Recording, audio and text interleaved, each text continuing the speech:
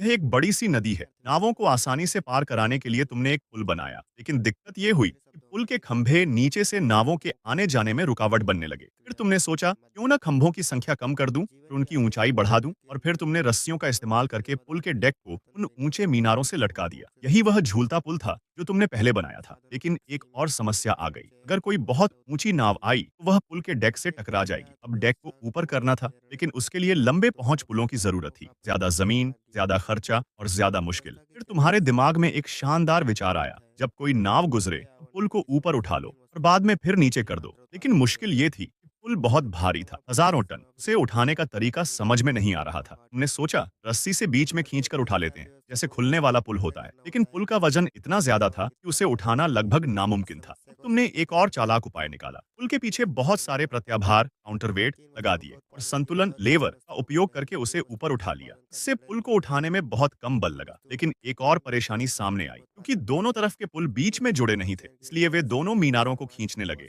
इससे मीनारें झुकने लगी। फिर तुमने एक और समझदारी भरा विचार किया। इन मीनारों को रस्सी से बांध देते हैं ताकि ये मजबूत रहें। लेकिन अब समस्या ये थी, पुल का डेक इतना ऊंचा था कि लोग पैदल पार नहीं कर पा रहे थे। तो तुमने उस रस्सी को ही पुल का डेक बना दिया और मीनारों पर सीढ़ियां बना दी ताकि लोग पार कर सकें। और फिर उन सीढ़ियों को एक इमारत से घेर दिया। बधाई हो, तुमने अभी अभी लंदन ब्रिज का आविष्कार कर लिया है।